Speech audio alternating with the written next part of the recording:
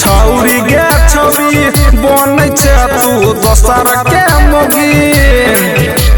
भूदीप के छोड़ के धीरन के छोड़ के सुदीप के छोड़ के कृष्णा के छोड़ के जे शादी रचबही तो दारू पी के परी अइबो गे सुनना।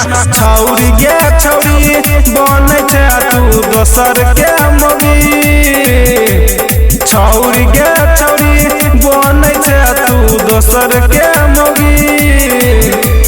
भूदीप के छोड़ के धीरन के छोड़ के सुदीप के छोड़ के कृष्णा के छोड़ के जे शादी रचबही तो दारू पी के परी अइबो गे सुनना। छौरी गे छौरी बनै छै तू दोसर के मोगी। छौरी गे छौरी बनै छै तू दोसर के मोगी।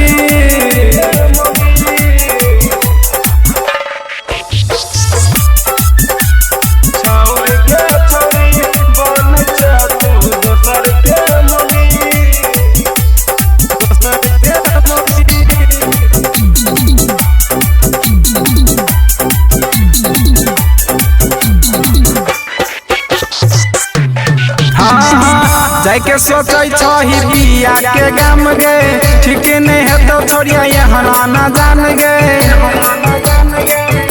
गे सुन ना जाके सोचै छही बिया के गाम गे ठीक नहीं है तो छोड़िया यहाँ ना जान गे। बाबा लिखने छियो का नाम गे कहियो तू हमारा के ले बदनाम गे। भूदीप के छोड़ के धीरन के छोड़ के सुदीप के छोड़ के कृष्णा के छोड़ के जे शादी रचबही तो दारू पी के परी अइबो गे सुनना। छौरी गे छौरी बनै छै तू दोसर के मोगी। छौरी गे छौरी बनै छै तू दोसर के मोगी।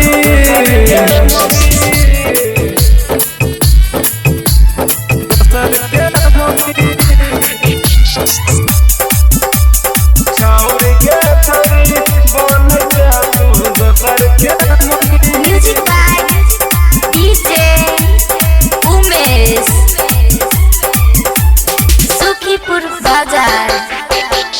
हाँ जब सब भेलो तोहर शादी तोहर सेट गए एको बेर नहीं करै छै तू भेट गए।